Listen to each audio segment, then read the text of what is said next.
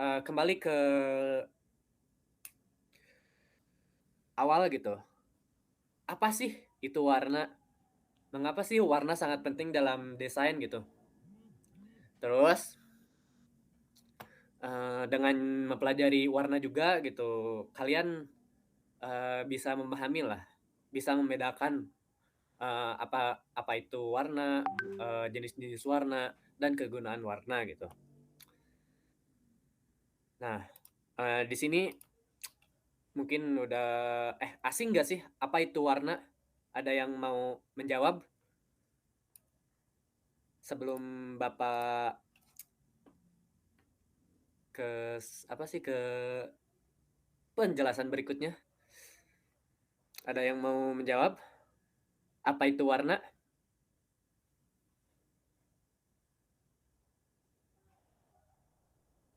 Saya Pak, Silahkan, Nur Fadli. kalau secara fisika gitu ya Pak, fisika.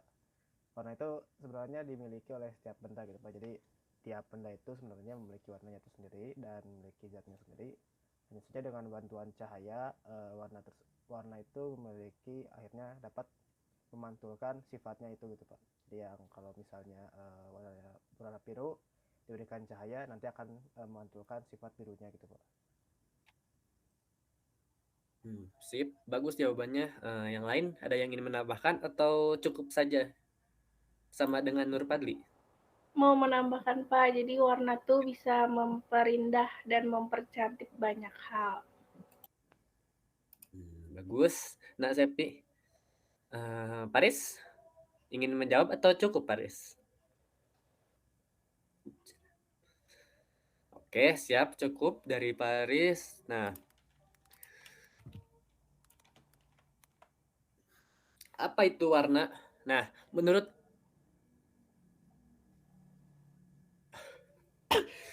KBBI, warna adalah kesan yang diperoleh mata dari cahaya yang dipantulkan benda sehingga membentuk corak warna seperti biru dan hijau. Dalam pengertian lainnya, warna adalah spektrum tertentu yang berada di dalam suatu cahaya putih yang sempurna. Menurut para ilmuwan, nah, yang pertama itu menurut Newton. Beliau telah melakukan suatu percobaan serta mendapatkan sebuah kesimpulan di mana apabila dilakukan pemecahan pada warna spektrum atau gelombang yang dihasilkan dari sinar matahari, maka akan menimbulkan berbagai warna yang beragam. Warna ini terdiri dari warna merah, jingga, kuning, biru, dan ungu atau yang kalian kenal Magic Hubinio lah. Nah, berbagai warna yang diungkapkannya tersebut juga dapat kita lihat pada pelangi. Kemudian yang kedua ada dari Brewster. Nah, dari Brewster ini menyederhanakan warna yang ada menjadi 4 kelompok, yang mana terdiri dari warna primer, sekunder, tersier, dan warna netral. Kelompok warna tersebut disusun dalam sebuah lingkaran warna Brewster yang menjelaskan mengenai teori komplementer, split, split komplementer, triad, serta tetrad. Teori ini juga disebut sebagai lingkaran warna. Hingga sekarang juga sih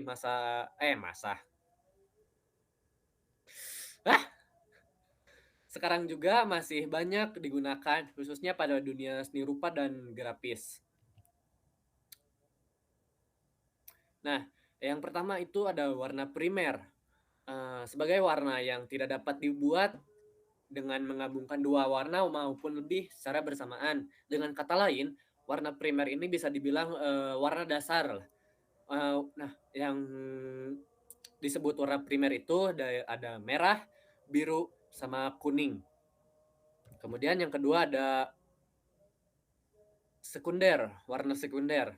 Nah, berbeda dengan warna primer, warna sekunder ini dihasilkan menggunakan gabungan dari 2 maupun 3 warna primer yang sebelumnya gitu. Contohnya orange dari merah dan kuning, ungu dari merah dan biru, hijau dari kuning dan biru. Nah, kemudian ada warna tersier. Warna tersier sendiri bisa dibilang lebih rumit ya jika dibandingkan dengan warna primer dan sekunder.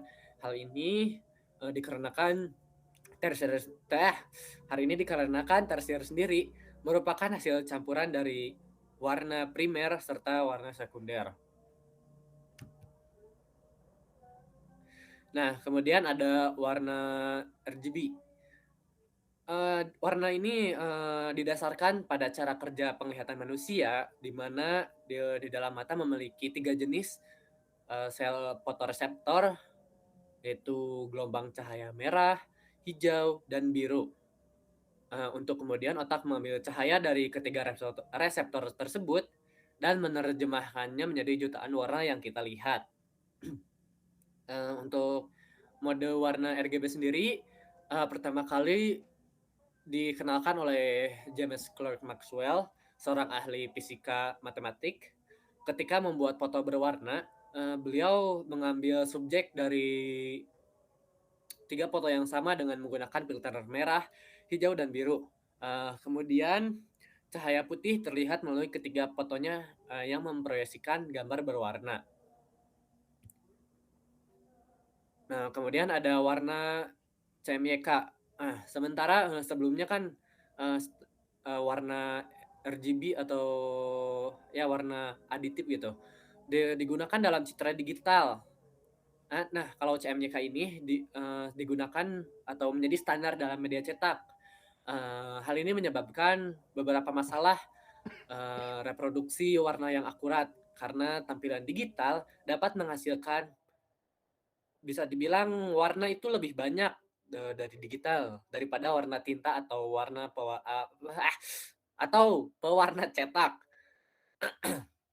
Nah, di sebagian besar pekerjaan cetak berwarna dimulai dengan latar belakang putih dan menggunakan tinta cyan, magenta, yellow, dan hitam untuk memblokir bagian yang berwarna putih dan membuat variasi warna di mana mengurangi cahaya dari permukaan aslinya.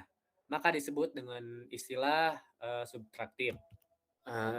Untuk tugas sekarang, jadi kalian dibagi menjadi 2 kelompok ya, karena cuma ada 3-4 orang kelasnya. Jadi dibagi 2 saja, kemudian diskusikan kelebihan dan kekurangan dari warna CMYK dan RGB. Bapak sudah bagi kelompoknya ya. Buat kelompok RGB, Nur Padli. Gak apa-apa Nur Padli sendiri, karena Nicholas tidak ada. Terus kelompok CMYK, Sepi dan Paris. Nah, jadi itu kelompoknya dan tugasnya Bapak ulangi, diskusikan kelebihan dan kekurangan dari CMYK dan RGB. Kalian boleh open book, boleh searching dari Google, tapi kalau searching dari Google, sumbernya harus dari yang terpercaya. Dan semisal jika ada yang masih bingung, boleh tanya ke Bapak langsung. Bapak beri waktu 30 menit ya untuk diskusi. Gimana nih diskusinya? Apakah penuh perdebatan atau alot atau lancar nih diskusinya? Mau dari kelompok RGB dulu, M, atau mau dari CMYK dulu? Dari Sepid atau Paris? Nah, boleh dari saya dulu, Pak. Oke, dari yang single dulu, silahkan M. Iya, Pak. Jadi dari kelompok RGB itu ada kelebihan dan kekurangan dalam format RGB, Pak. Yang pertama itu kelebihannya akurasinya tinggi. RGB merupakan pilihan terbaik untuk perangkat apapun seperti LCD, layar ponsel, dan lainnya. RGB itu lebih jelas dibandingkan CMYK di monitor, kemudian mudah dikonversi menjadi CMYK. Meskipun demikian, antara RGB dan CMYK itu akan ada hasil yang berbeda jika dimasukkan ke percetakan, tapi tidak terlalu jauh lah berbedanya. Kemudian Kemudian meningkatkan kualitas cetakan foto, sebab banyak aplikasi foto yang menggunakan metode RGB dibandingkan CMYK. Kemudian dari kekurangannya, format RGB ini tidak dapat dicetak sempurna jika dibandingkan dengan hasil yang ditampilkan di monitor dan ditampilkan di percetakan. Hal ini disebabkan karena umumnya printer masih menggunakan metode warna CMYK. Dan setelah itu juga meskipun bisa dikonvert ke CMYK, akan ada perubahan dari kualitasnya gitu Pak. Mungkin dari kelompok kami seperti itu. Oke, kemudian dari kelompok CMYK mau Sepi atau Paris atau mau kedua-duanya nih? Kelebihannya dari Sepi dulu ya. Jadi kelebihan dari menggunakan format warna CMYK itu yang pertama dari segi ekonomis. Tinta CMYK disebut lebih ekonomis dan tahan lama. Nah, sebabnya itu karena beberapa warna dasar dapat dihasilkan dari pencampuran beberapa warna dalam format warna CMYK. Nah, terus tanpa harus kehilangan warna utama dalam jumlah besar.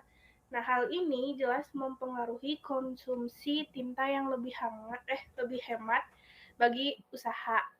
Nah, terus yang kedua itu mampu menciptakan warna sekunder.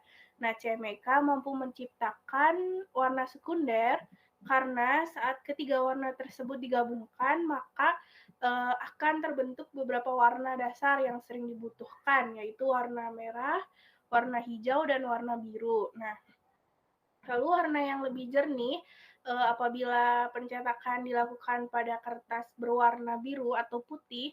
Namun jika kita menggunakan kertas dengan warna putih atau krem, maka warna yang dihasilkan cenderung lebih lembut. Nah, lalu yang terakhir itu dari kualitas hasil cetak yang lebih memuaskan. Nah, semua warna dimulai dari kertas putih, kemudian warna berbeda ditambahkan untuk menyerap cahaya yang dipantulkan. Nah, karena itu, biasanya warna yang dihasilkan sedikit kusam. Warnanya tuh hitam kecoklatan. Oleh karena itu, penambahan warna hitam dilakukan pada proses pencetakan. Nah, hal ini juga memudahkan gitu dalam pencetakan teks warna hitam karena tidak diperlukan tiga warna terpisah. Nah, warna CMYK memiliki kualitas yang bagus untuk digunakan dalam proses pencetakan. Kekurangannya bisa dijelaskan oleh Faris. Ya, mungkin untuk kekurangannya singkat saja Pak. Kekurangan CMYK, proses percetakan dengan format CMYK memerlukan alat yang harus canggih sehingga menyebabkan timbulnya biaya yang tidak sedikit. Hal ini menjadi salah satu kelemahan tersendiri di balik kualitas warna yang dihasilkan lebih bagus. Seiring pula terjadi ketidakakuratan warna setelah mengalami proses cetak. Hal ini biasa terjadi akibat ketidaksinkronan device pada layar monitor dengan printer. Mungkin itu Pak untuk kekurangannya.